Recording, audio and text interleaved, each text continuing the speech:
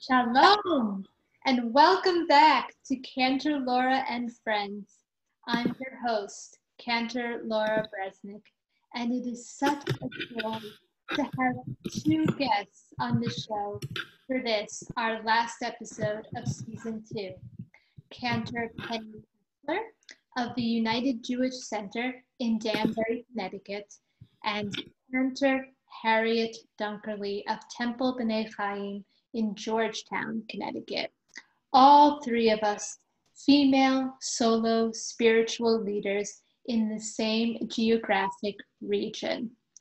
Today, we will be having a roundtable discussion about congregational life today and its future, and the role of the cantor and the cantor educator. So once again, welcome to my colleagues. Thank you for being here today. Thank you for having us.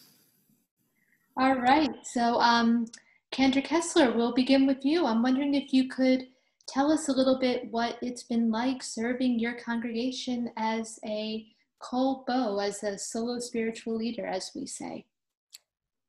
Exhausting, exhilarating, scary, exciting, the entire range of emotions.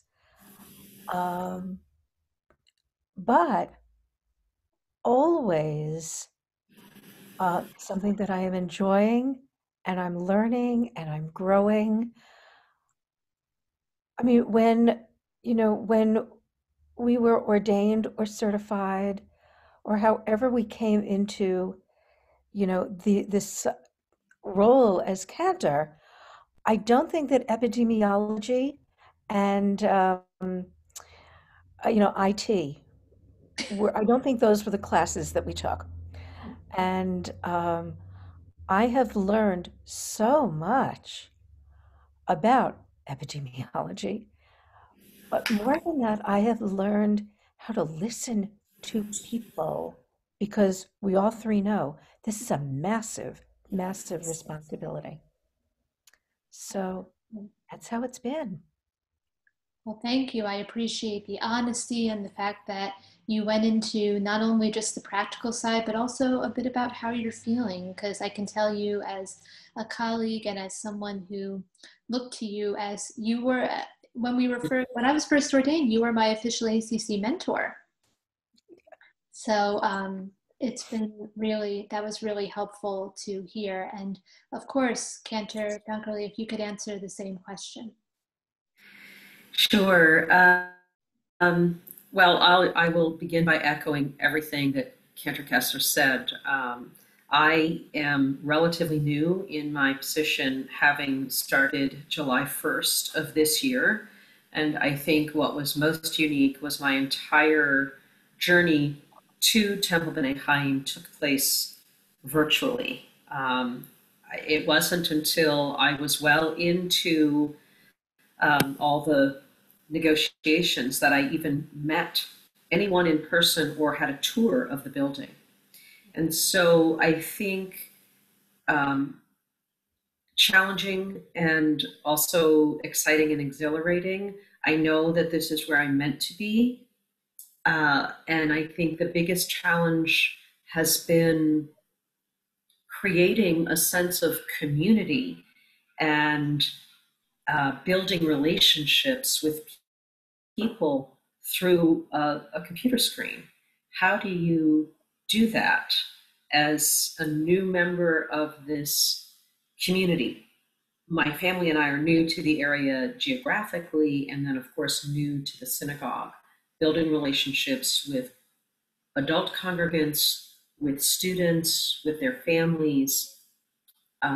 It's a real opportunity to tap into every bit of creative energy that I can muster. And I am grateful also for the support of the wonderful people that make up the community that is Temple B'nai Chaim.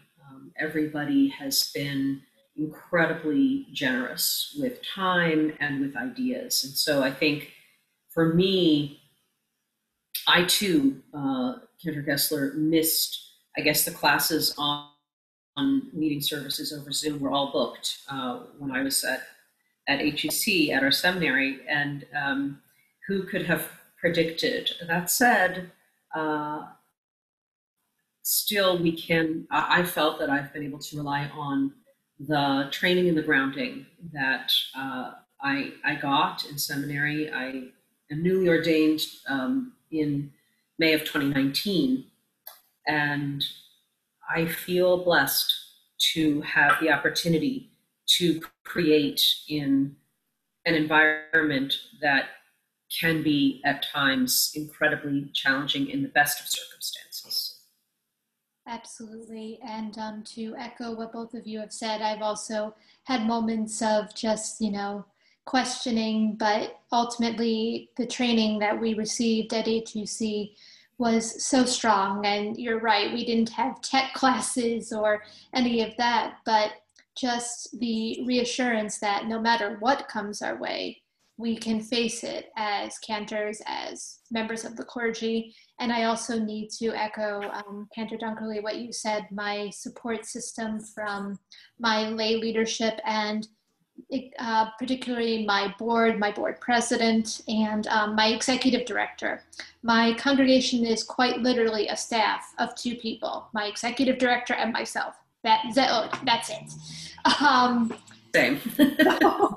And so she is the other lifeline for my congregation, Tam Potter. A huge shout out to her. She has been a huge source of support, as well as, of course, my board and lay leadership and lifelong learning chair and chairs of committees. And just, yeah, it takes a village to do what we do. We don't do this alone. Although at times it feels as if, especially, I don't know, like, how do you both feel when you're playing to a camera on Shabbat? I know it still feels weird for me. We've been doing this now for what, 9 months? Yeah. Cantor Dunkerley? So, for me,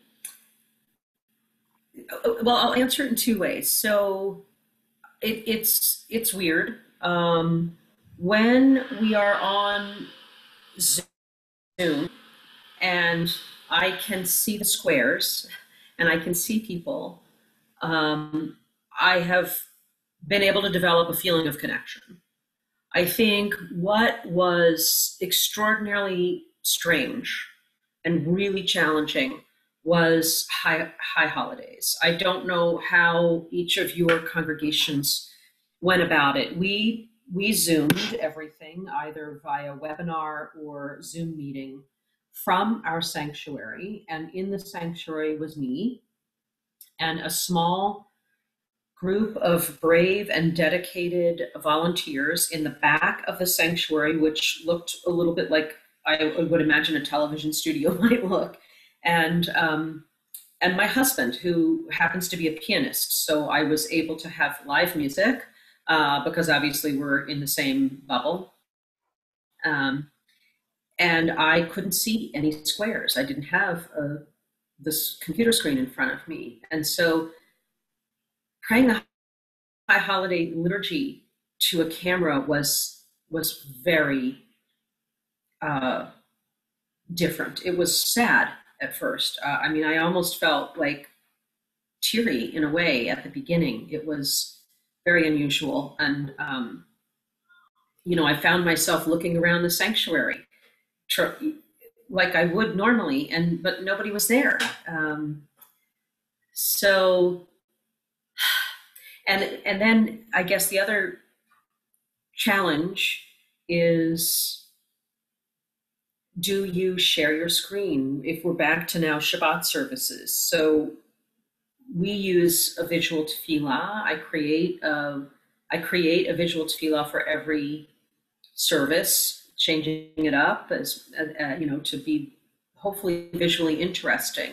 And yet I want people who are attending services to be able to see the liturgy in front of them so that we can all join together in prayer.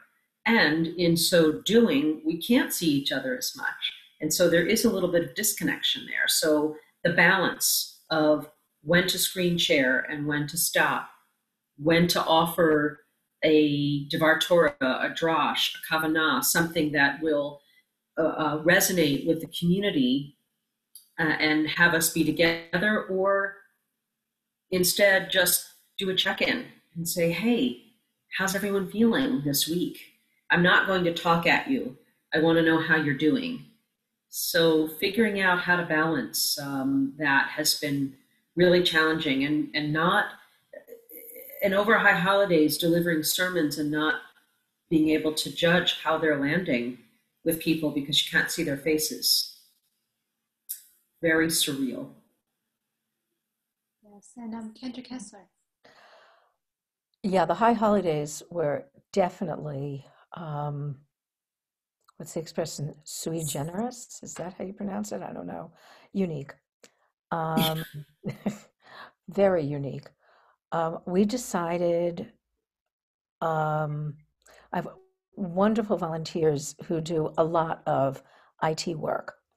And we decided, along with the ritual committee, the entire board, the lay leadership, we were really in conference starting, I want to say, the middle of July, because that was when I think we realized that we were in for this for the long haul. And we agreed that the middle of July we needed to make a decision, because if we were going to go virtual, how were we going to go virtual? And those decisions had to be made. And the decisions that we all came up with was that we wanted the most amount of intimacy using technology. So we decided not to live stream anything, no pre-recorded. Everything would be done on Zoom. And shout out to Buy It, Building Jewish, which offered for a donation. They offered, Rabbi Rachel Barenblatt had put together a massive collection of High Holy Day services from Slichot through Ne'ilah. And I made the donation, and I was able to use those slides. They had to be changed, they had to be adapted. My community is a combination of fairly traditional, air quotes, Jews, ranging to almost secular. So they had to be created in such a way that it would bring all of us together if possible. So hours, days, weeks of work.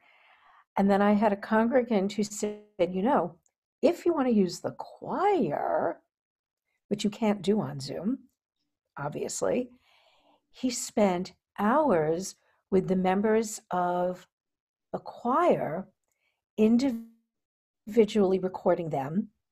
I had put together with another congregant the bass tracks, whatever they're called. I've exhausted everything I know about this because other people wiser than I did this. And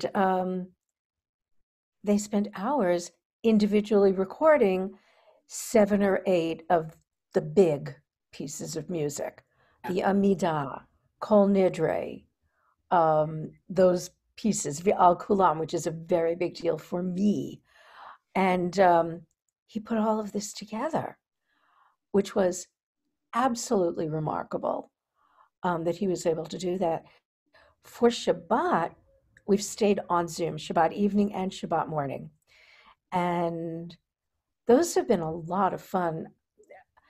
Cantor Dunkerley, very similar to you, I create a new set of slides, or at least I adjust, based on what's going on. And what I've taught the congregation to do is to go into the little video settings and click side by side under share screen. So they can see the slides and they can see themselves. So they're sort of able to do that. And I've also, I apologize, trucks going by. I also urge them to click on view so that they can see everybody even when the slides are going. And what people are saying is that it's very different from being in person, but there is a sense of community. Because unlike being in person, where all you can see are the backs, everybody sees everybody. Yeah. Whether they're sleeping, we have that periodically. Um, it happens, Yep. especially on Yom Kippur afternoon. Everyone's pretty exhausted. Um, but it's really been a fascinating experience. Um, I don't know about your congregations, but we are getting wonderful attendance on Friday nights. People that would normally not come on a Friday night because it's raining or it's snowing. We had a snowstorm one Friday night, and we all showed up. And people talk to each other, not during the service. I try to mute everybody. But again, it's only possible because of the lay people that are in the background doing all of this work, backing me up. So you wanted a funny story, got a funny story. So it is Yom Kippur something, I don't remember what. And I had just bought this new device where you could plug, I bought a new Mac and they don't have USB ports. So I bought this little device where you can plug that in and then plug your USB whatever, and you can plug your power source, power cord. Okay. So we're doing, might have been in the morning, and we're just about to take a break anyway. And all of a sudden, everybody's gone like, where are you all? Why are you all like, what happened to the internet? Did the internet die? Like, what happened? Oh, And my children were here, and one of my sons comes running into the house and into the place where I am, and he says, Mom, are you out of battery? Is your laptop dead? And I look at it, and apparently this little device doesn't have enough power to connect power cord. So meanwhile, I'm pulling up my phone. I'm trying to go on Zoom. I'm like hysterical. I had run out of battery. And everybody there, president, one of our vice presidents, our secretary, my IT guys, everybody there was working in the background because they, of course, had power. And they said, we're going to get in touch with Cantor Kessler. We'll be back. We're going to take that break early now. Happens. You run out of battery. So it is an adventure in maintaining the integrity and love of a community when they can't see each other. that's a great way to put it. I love that. Yeah. And that's what we have to do. That's what we've been doing. Yeah. Absolutely. Cantor Dunkerley, this next question is specifically for you as a fellow Cantor educator running a religious school on Zoom. I know that I, along with my lifelong learning committee, came up with some creative ways to get our kids engaged. We have a new program called the Monthly Mifgash, where we bring all the kids together and they play Hebrew games led by our high schoolers. And, Ooh, awesome. Jewish Journeys is now all virtual. We started in person in the fall, outdoors, mask, socially distanced, and now obviously we're virtual. But I'm wondering if you could speak a little bit about your congregation's experience. Sure. Thanks for that opportunity. So we, having come in July and really, like you, Cantor Kessler, focusing almost immediately, actually even before I started, on High Holy Days and what that was going to look like, and really going great guns. It became apparent that, first of all, we were likely going to have to delay the opening of our religious school, which we did. We have been virtual the entire time. And I decided I inherited very little in the way of, pardon me, in the way of curriculum. And so we are using the Labriut curriculum that was put together by the Jewish Education Center of Cleveland. So we're using that as our base curriculum, and we've adapted it to our needs by adding in holiday instruction and kind of as we go, making adjustments.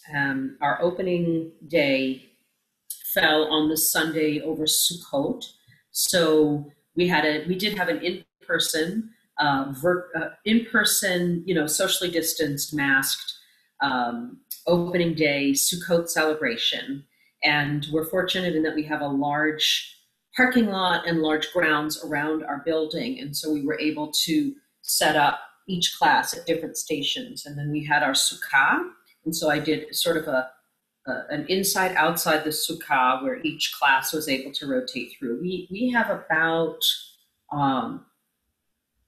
40 students in our religious school. So it's not huge by any means. And that was well attended. Not all the students came. Some were not comfortable doing anything in person. So what we've done is customize the La Brioude curriculum, and it became clear that I needed some support and an angel, a blessing from above. A woman who has a background in Jewish education had previously, one of our founding members actually, who had previously directed the TBC Religious School and has done so for other synagogues in the area, happens to live almost around the corner from me and had reached out and volunteered her assistance. And so it became clear I would need something a little bit more than just our education committee and our executive committee education liaison. And so we were able to make Marilyn Van Ralt, her role, more of like an education consultant. So it's a little more formalized, at least through the end of this year. She's been invaluable in communicating between myself and the teachers and helping to get resources to the students and going through the piles of books and things that we have already to try to save the synagogue extra expense by sorting out what we could use. And she's actually teaching a class. She assisted me in scheduling interviews because I had to hire some new teachers. And so we are now doing monthly and all school tefillah so that everybody's together, some kind of all school tefillah and celebration.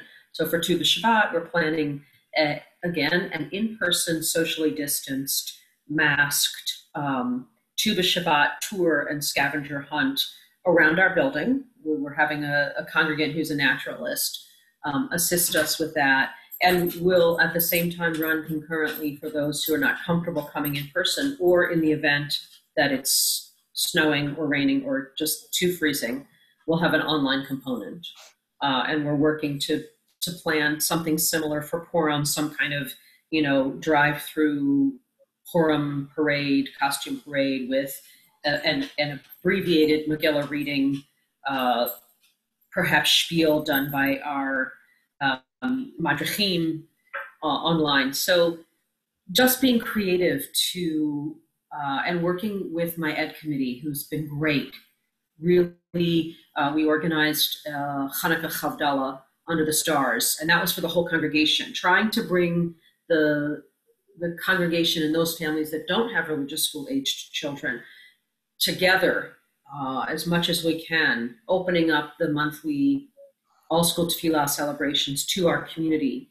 And the ed committee was helpful in reaching out to families to say, hey, this is happening, it's Hanukkah, it's for the kids, like, let's come together and be there in person. And we had in our parking lot Havdalah and lighting of Hanukkah candles, and families brought Hanukiot, and we had some fire pits, and so that was nice. Just again, trying to create that sense of community as much as possible. And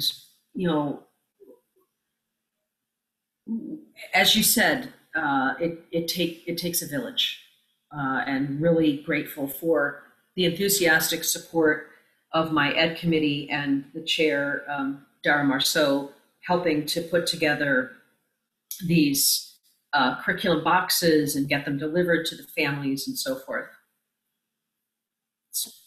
Absolutely. Yeah. And I'm grateful for the two of you. For those of our viewers who don't know, each interview begins with a pre-interview, which you all don't see. It gives me a chance to catch up with all of my guests. And so we had an opportunity just to chat as colleagues. So I have to say that was a real boost to my day personally. So my next question for either one of you is, where do you see the future of congregational life going? Andrew Kessler, go. You can take the lead on that one. Where do I see the future? I see the future. I think that the future is very positive. And I think it's positive precisely because of what we have been through. From the very beginning of this, in meetings with our synagogue president, Lisi Marcus, we made the determination that while the brick and mortar building would certainly be closed, the congregation would stay wide open. And with the huge support of volunteers, people stepping up to take on volunteer roles because it sounded interesting. And yes, I can do this from my house. And, we are all in this together. And if we're going to have a future after who knows what this is, how long this is going to be, we have to come together as a community. And I believe that because of COVID, congregations have begun really to find themselves and what is the point and why do we exist? And we can't take anything for granted anymore because we simply can't. And, at one point, Shiva Minyanim, we went to people's homes and now we're doing them on Zoom. Funerals, God forbid.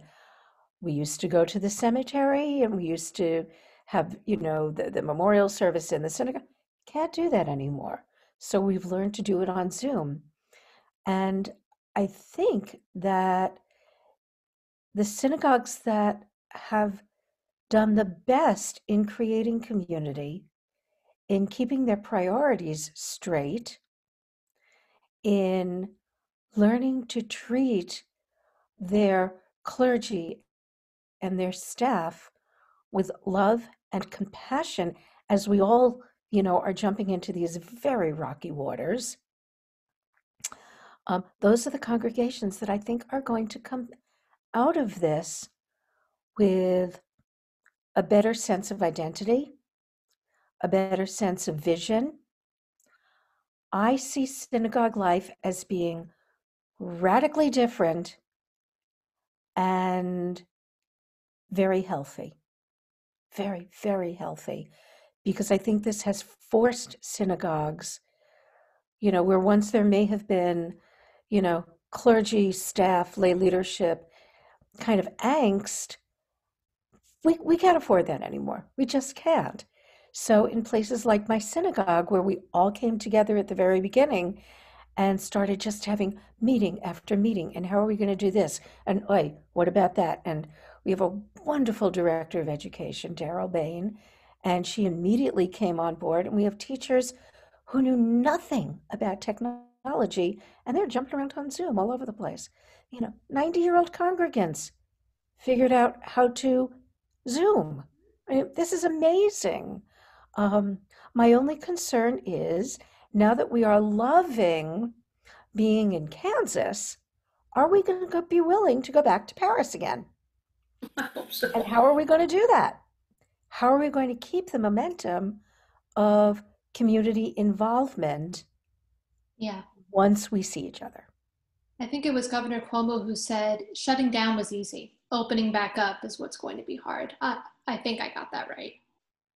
I think so. Yeah, I agree. There's so much, so many hidden gems and silver linings that have come out of our time apart. And I think one of those is the realization of how important it is to be together as a community, together in person.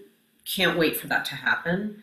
And for those who have been able to sort of join or rejoin the community that normally wouldn't be coming, we've experienced the same thing as you, Cantor Kessler, in people coming to Shabbat services and Torah study that normally wouldn't. I mean, I get to celebrate Shabbat with my 91-year-old mother every week now, and she's in Annandale, Virginia, because she can join in on Zoom. And so when we made our choices for High Holy Days, we decided that we would purchase whatever equipment we needed to then be able to continue, once we're back in person, some kind of live stream of our services. It was amazing to have children of congregants or former congregants who have moved out of the area join us for services over Rosh Hashanah and Yom Kippur because they could. People could invite their family members because it didn't matter that they weren't here physically. And so I think that extension of our community and our reach is really exciting moving forward. And I think in terms of education,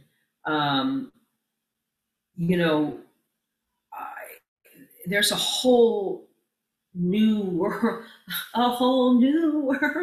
of possibilities when you think about what the lessons that we've learned in how to re-envision Jewish education in this time, over the past 9-10 months. What can we bring forward as we start planning for next year? I mean, we're moving forward planning for next year, God willing, that we'll be fully in person. And there's certainly different ways that we can go about teaching and adapting and adding in some of what we've put in place this year out of necessity to further enrich the experience for our students going forward. So I am, what is the term, bullish on the future of synagogue life and synagogue and Jewish education going forward. I'm really excited about it. That's wonderful. Thank you both once again for an exciting and upbeat conversation.